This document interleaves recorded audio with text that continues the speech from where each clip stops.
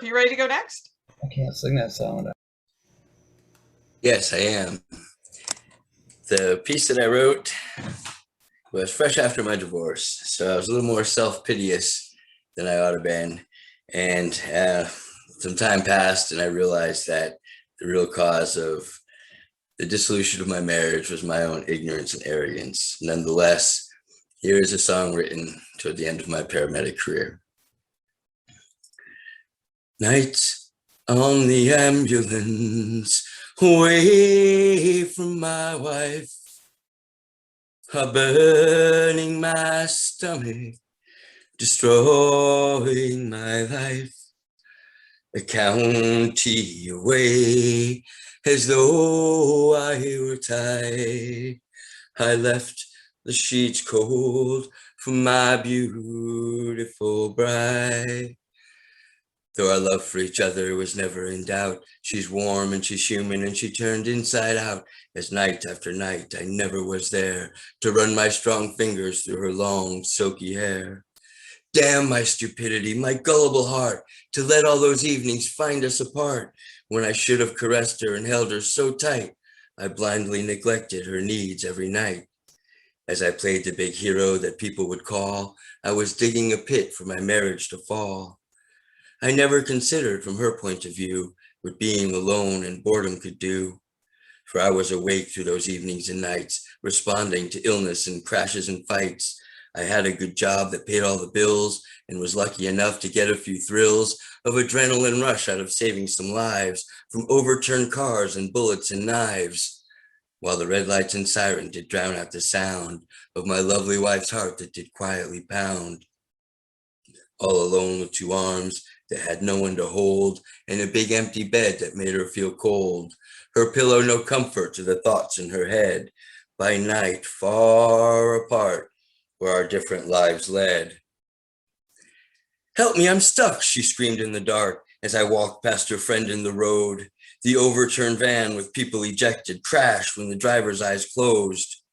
Asleep at the wheel on 101, 1 mile south of Salinas, the brightest of lights in the star-speckled sky, no other than faraway Venus.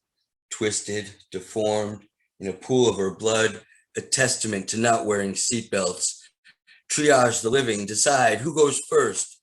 In the upside-down van, there she knelt. Rather, her kneecap was stuck under the roof, torn from its bend in the leg.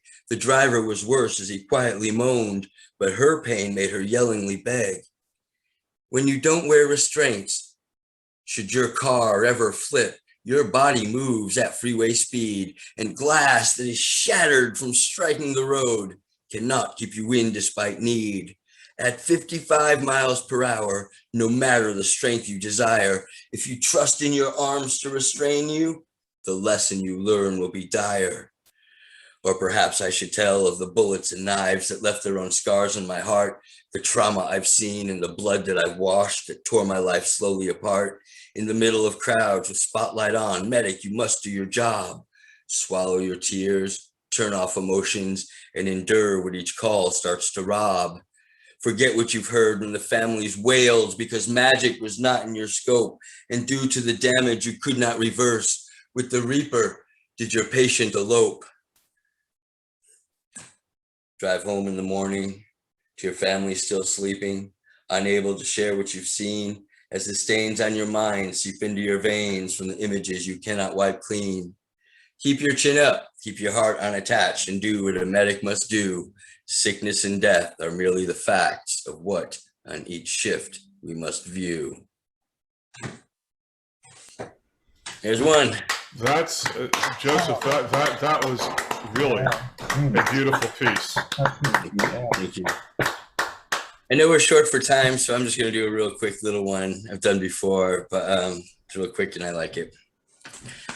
Lord, by your mercy alone I'm alive. Your hand on the steering, humbly I drive.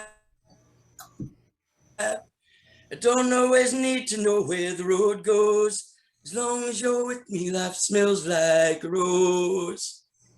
And that's it. And speaking of Rose, Anna Rose, I am so glad you're here. I love hearing you belt them out. So really, do you hear the Eagles in your voice? we're all luckier. So I'm glad you and your brothers are here, Ezra and Noah, and I'm just super happy.